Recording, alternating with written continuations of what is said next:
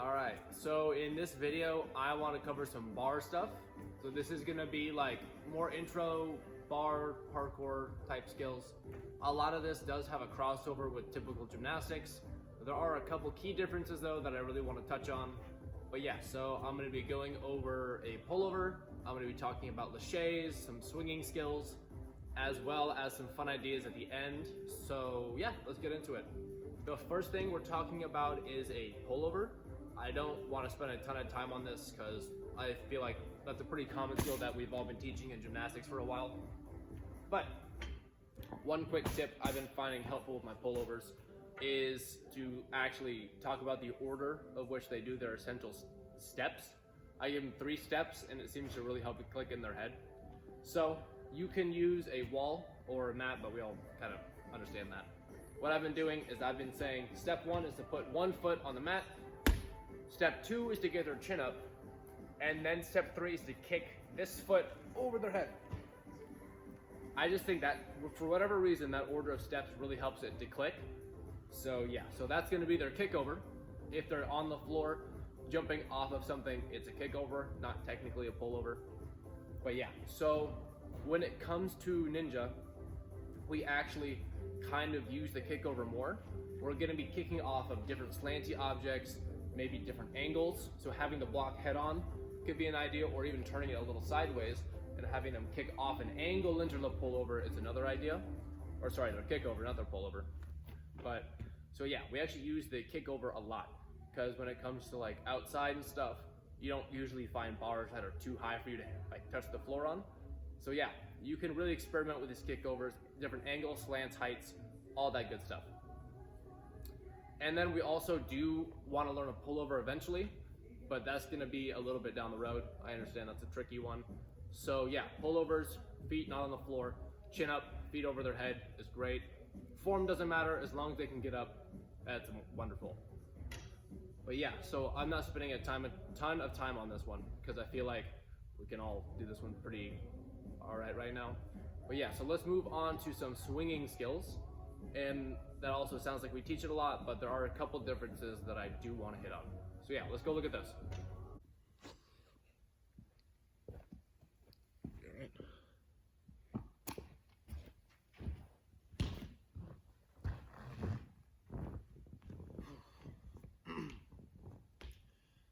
Okay, so when it comes to swinging in free running, there are a lot of things that are similar to gymnastics, but also a lot of differences. The main difference is the technique for the swing itself. So in gymnastics, our biggest focus is keeping their feet at the floor, straight legs, a little bit of a hollow in the back. But in free running, that's really not how we do it at all. Whenever I teach a swing, I always tell the kid to focus like they're on a swing set. So kicking their toes up to the ceiling in the front and then driving their feet backwards. Now, that might sound a little dangerous, but the second part of the swing is that we lift our shoulders up.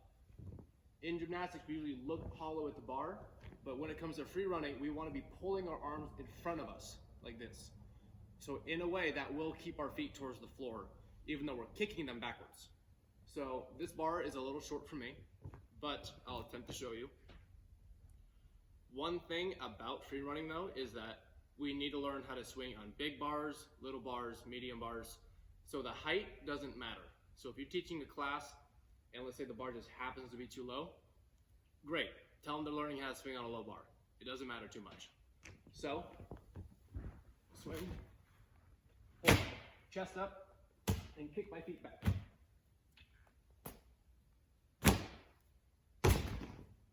So that's gonna be our basic swing. Another important tip is to make sure they're re-gripping 2 hands at the same time, every backswing, because a lot of kids don't and then they fall down, which is not great. Yeah, so in free running, we use 2 different kinds of grips when it comes to swinging. We have what we call the Lego grip, which is thumb around the bar. But we usually teach, especially in men's, women, I believe they just go over hook grip, but in ninja, the thinner the bar, the more essential it is that we use that thumb under technique. So these are pretty thin, these metal bars. So I'll usually be using a thumb under, but maybe like the wood bar over the pit or the black bars in the ninja area, that's more of a open hand hook grip bar. So just like that. So teach both, hopefully have them understand when to use what, because in the real world they don't get to pick what size their bar is. So yeah, both are very important. When we're good at those swings, we can kind of talk about laches. So all a lache is swinging, letting go in the front, and landing on their feet. So I'll show one right now.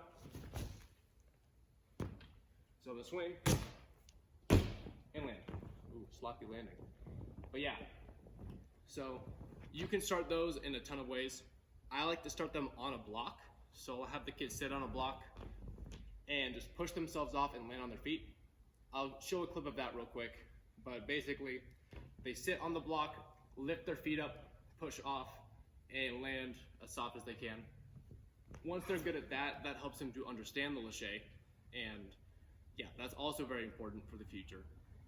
You can also do those on the P-bars where they swing, let go, grab the next P-bar, but it's really important they know how to swing first and know how to land on their feet first before they talk about grabbing, because a lot of times they get a little overwhelmed, too many steps, and they can fall down and get hurt. So work from the bottom up. So yeah, we're gonna move on to some, what do we have next? Oh, some lache drills. Let's get into that. Hey, how's it going? This is Nick, who's editing this right now. I was lying. We're actually not gonna look at lache drills. We're gonna go to underbar skills. I don't know why I said lache drills. I don't think I'm even covering those in this video. So yeah, we're gonna go learn an underbar. Nothing to do with laches, completely different skill. So yeah, let's look at that. So when it comes to learning an underbar, which is what we're gonna be covering now, we are going to be starting off of a block. So an underbar is just an undershoot from gymnastics. We just call it something different. The only real difference between an underbar and an undershoot is how we start usually. In gymnastics, we typically undershoot from a cast and go into it that way. But when it comes to free running, we go usually from standing or even jumping to the bar. So it's a different entrance, but the skill itself is the same. So whenever I start teaching an underbar, I like to start them on a block. I have them sit at the edge, put their hands right by their butt, and their focus is to get their feet up to the ceiling and then rainbow down to the floor. This will mimic the feeling of an underbar because we're trying to get them to feel the skill before they just huck it on the floor. So they're gonna put their hands at the edge, lift their feet up to the ceiling, and then try to land in that nice precision landing. So up and land, like that. Now I would have them do this a lot. You can have them go over something, you can have them go for distance, but the goal is to get their toes up, push it away from the block, and really control their landing. So if they can do that really well, we can start taking it to an actual bar, which I'll show you next. So moving along in the progression, we're gonna hop onto a bar now. I always start them from the block to a mat using the bar. So I might use one bigger than this, but I am a tall person, so I'm gonna use a smaller mat, but your kids might need a bigger one, especially if they're their first couple attempts at an underbar. So you're gonna start them on the mat, have them grab the bar, and their goal is to get their feet up just like they felt on the red block. So they should feel almost the same. They're just holding onto their bar and then rainbowing and landing on the floor. So their body should look like a rainbow into that precision landing. So grab the bar, jump up, and then feet up. Jump up, feet up, and land. Once they can do that pretty consistently, I will take away the mat. And now the only thing they need to do differently is jump a little higher. Because they don't have the extra height at the beginning, they gotta jump their hips up a little more and then toes up. You can also land stepping out like that, but I teach it to precision first. It's a little easier. And then you can also have them do it from a cast, but it's just not quite as functional as from standing. So my next step from standing would be to have them walk or maybe jog into it. So I don't know if I'm gonna be in frame here, but have them run, grab the bar, then go. So run, one foot, and then keep moving. But the goal of that one is to keep the momentum moving, which is why I took a waltz into our foam pit. But yeah, so that's the underbar in essence. Now let's go look at some fun bar ideas overall you can throw into your class, and then that'll wrap up the video. So kicking things off with the more fun ideas section, I'm going to be looking at stuff that I would typically do on a pit bar. You can do these on the other bars, but this is usually just the easiest and the safest, so I'll be showing them here. First option is to just do a dead hang for as long as they can. Something I've been doing recently is having a hang record for each class, in which I have everyone hang on a bar at the same time and time when they fall down. So the rules are like, you can't switch bars, you can't let go of the bar to like rest a hand. You can just sit there and adjust, and then once they come down, they have their own time. And we'll see who can get the longest in the class, and then we'll see if we can beat that record later, and it kind of helps them to develop grip strength, which is super important, and also is just, you know, a fun idea. So you can do that in the pit bar for sure. Another idea is to start working on their half turns. So you can do either single switching or double switching. So that's gonna be probably with poor gymnastics technique, but that's okay. As long as they can get it moving, that's fine. So it's just gonna be a big swing, half turn, face the other way, super easy. I'm not gonna show that one because I do have AirPods in so the camera can hear me, and I don't wanna lose one in the foam pit, but that is an idea. Another idea is to do laches in the foam pit. So that would be swinging, letting go in the front, and landing. You could do these for distance. You could do these for height. You can do, those are the two main kind of laches. You can have them go as high as they can or as far as they can. Or if they're getting a little too advanced, for those two, you could have them go lache, twist. So have them do the lache, almost land, and then half twist, full twist, whatever they're able to do. And then you could combine that with the half turn. Something I've been doing is having kids go half turn, whether it's a double switching or single switching, right into a lache, or having them do like a couple swings in between, but they can kind of start building up their own bar combo, which is pretty cool. And then the last thing I've been doing on this bar more recently is having them do skin the cat throughs, so that they hold the bar, they pull their feet through like they would on rings for a skin the cat, and then drop in. They can do this either where they barely get their feet through and let go, so it looks more like of a backflip, or they can go all the way down so they're hanging on their shoulders for real. Ooh, man, bad shoulder flexibility. And then drop in. Both are totally cool. So I've been using these a lot for my warm-ups actually. I'll be like, all right, you have to do 15 swings, you have to do 3 laches, 5 half turns, and 5 skin the cats. And then they'll do all that, and yeah, we'll get on with our day. But pit bar is super easy to just throw in as a fun station because there's so much you can do, and it's really hard to get hurt because you're over a foam pit. They're staying underneath the bar. So yeah. So let's move on to a lower bar and see if we have any ideas over there. And yeah, let's go look at those. All right, so wrapping up this video on bars, I have some fun ideas you can use on the low bars. So we're gonna hop right into those, and that will finish us up.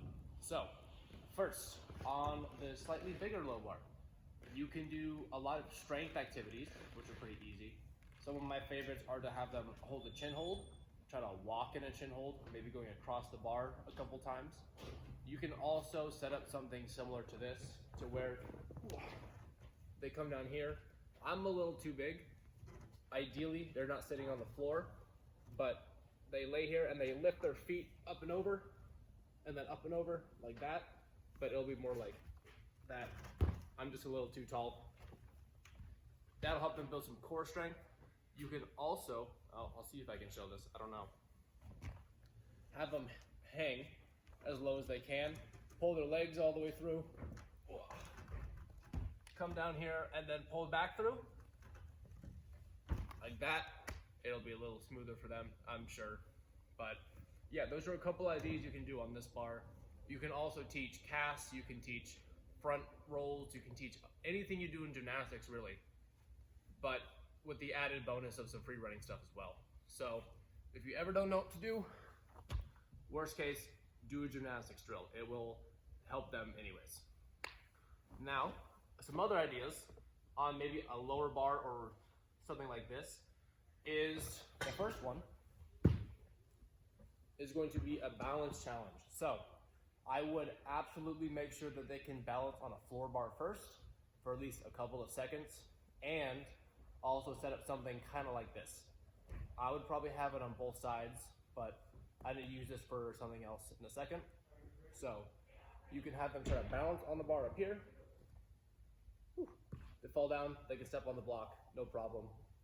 If that starts getting a little easy, you can have them actually start in their support hold, then step their foot up, then come up and balance, like that. And then that's actually pretty tricky, keeps them entertained for a while. And then I might make a video on some actual balance challenges themselves, but that's just a little sneak peek, I guess. And then the last one that I think is pretty fun is a turn vault to cat grab.